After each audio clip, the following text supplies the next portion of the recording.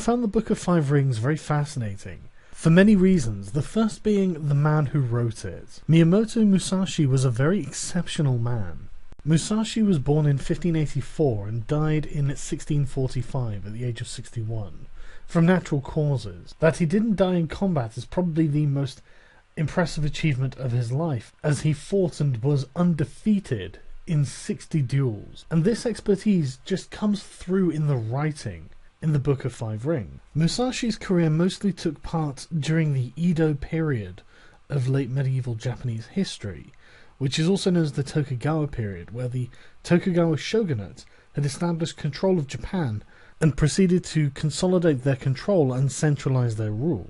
Japanese society was very hierarchical and split broadly into 4 categories. On the bottom, there were the merchants, the least respected, although not the poorest class. Then you had the artisans, who produced things. Then you had the farmers, who, while relatively respected, were effectively serfs. And then you had, at the top, the samurai class. And it's to the samurai class that Musashi belonged. After the Tokugawa victory and the consolidation of effectively all of Japan, the samurai class really had nothing to do. They could either join a lord's retinue or have their weapons confiscated and become peasants, which is something few samurai were really wont to do. So many of them became ronin, which is masterless samurai, and they spent their time travelling around Japan trying to find ways of earning a living with their swords in an era of peace. As you can imagine, many of them became guards for merchants and caravans, and many of them turned to banditry, which during the Edo period kind of sullied the name of the ronin. Musashi began his training at about 7 years old, as he was being raised by his uncle, and he fought his first duel at the age of 13, which he won. At 15, Musashi left his village and spent his time travelling and engaging in duels, until in 1600 a war began between the Toyotomi and Tokugawa clans.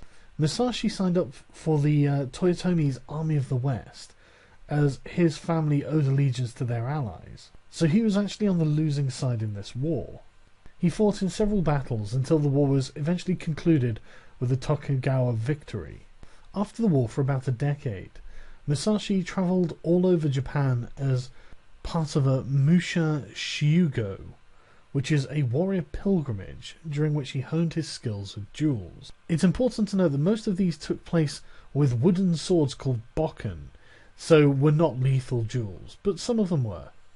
The most famous of these duels was when Musashi was about 30, against a man called Sasaki Kojiro, who was known as the Demon of the Western Provinces. He used a nodachi, which is a massive sword. Musashi came late and unkempt to the appointed place, which particularly irritated his opponent. It was very disrespectful. Musashi had a bokken that legend says he had carved from an oar used on the boat that had carried him to the island where the duel was to take place. The duel did not take long, and Musashi killed his opponent by bludgeoning him to death. In 1614, a new war broke out between the Toyotomi and the Tokugawa, and as with the previous war, Musashi fought on the Toyotomi side. After the Tokugawa victory in this war, Musashi entered the service of Ogasawara Tadano as a construction supervisor and helped build several castles. He continued dueling through this time until around 1627, when he began to travel again. In 1634 he settled in Kokura with Iori and entered the service of Ogasawara Tadazine, sorry for the pronunciations here, and took a major role in the Shimbara rebellion. By this time Musashi had already begun to write works of swordsmanship, which would overlap and eventually become the Book of Five Rings, which he began to write as a hermit in a cave after his health began failing. I inform you of all this to let you see for yourself how experienced Miyamoto Musashi was in swordsmanship and in warfare, because unfortunately there's really not all that much I can tell you about his commentary on swordsmanship, as I'm not a swordsman.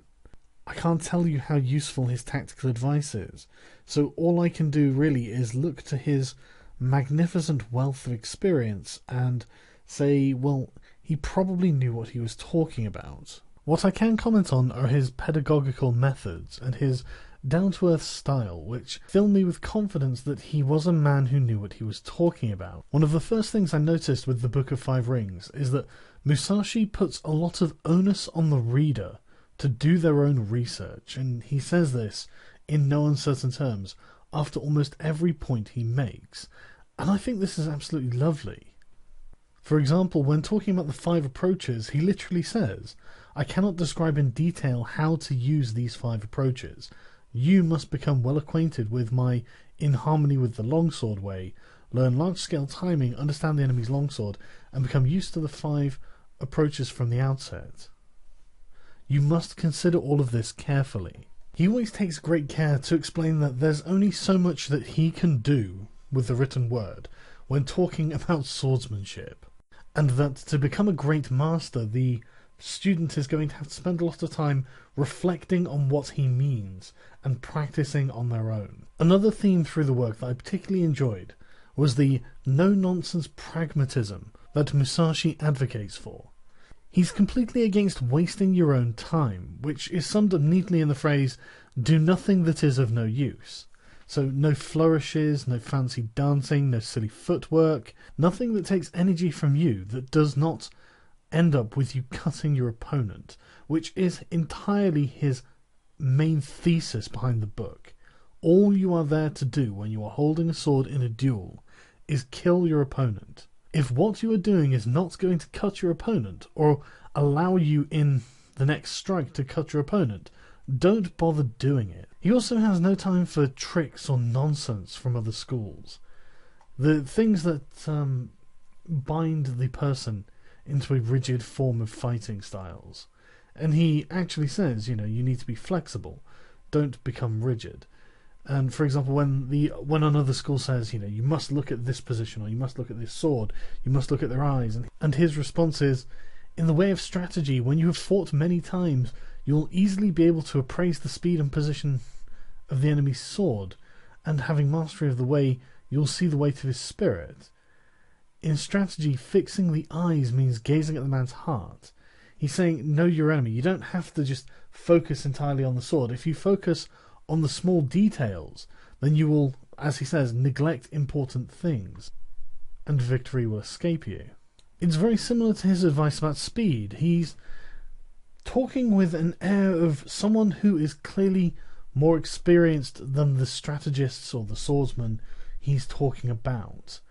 When he talks about, you don't need to worry about being so fast. What you need to worry about is having a calm, steady rhythm.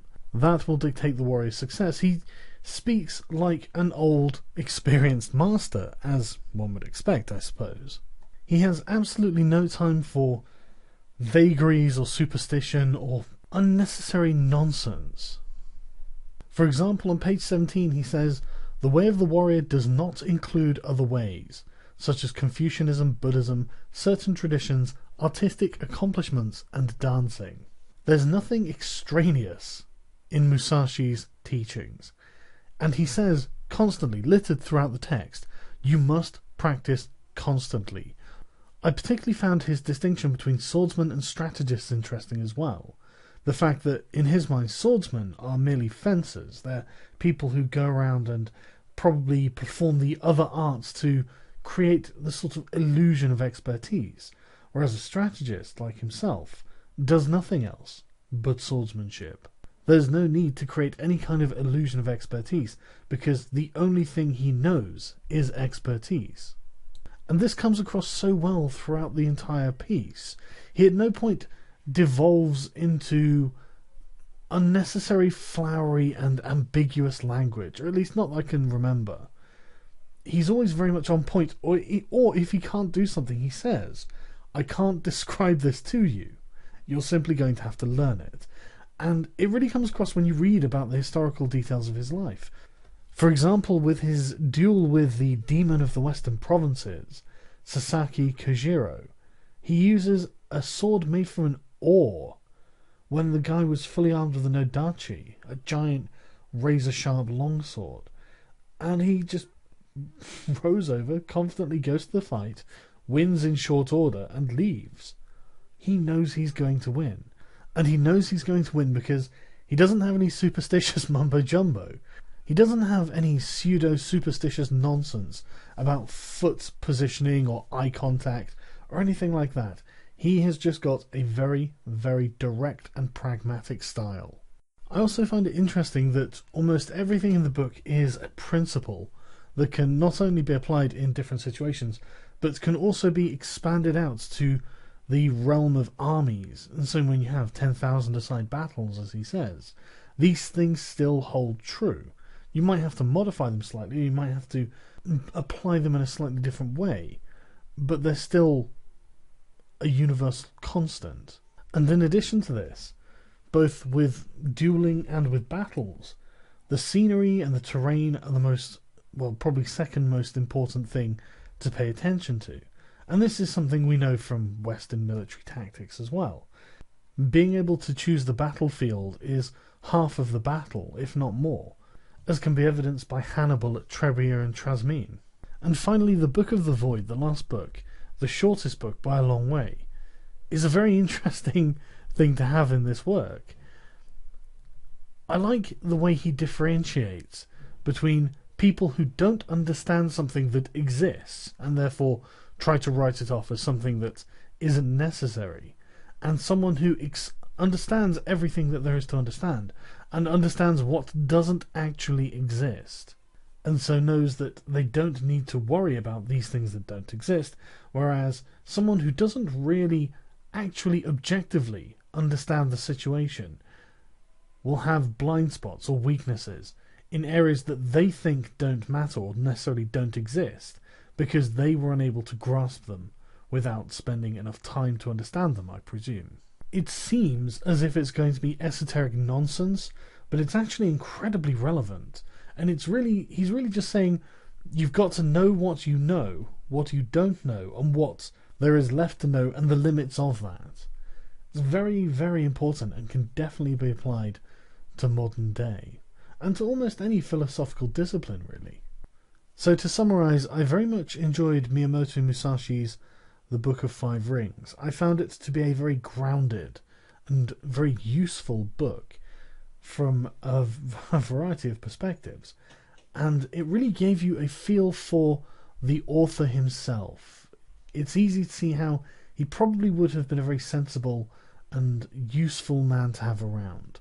And I guess on a more personal note, I found that the character of the man that came across through his writing I very much liked on a personal level. He seems like someone I would have gotten along with. Anyway, thanks a lot for listening.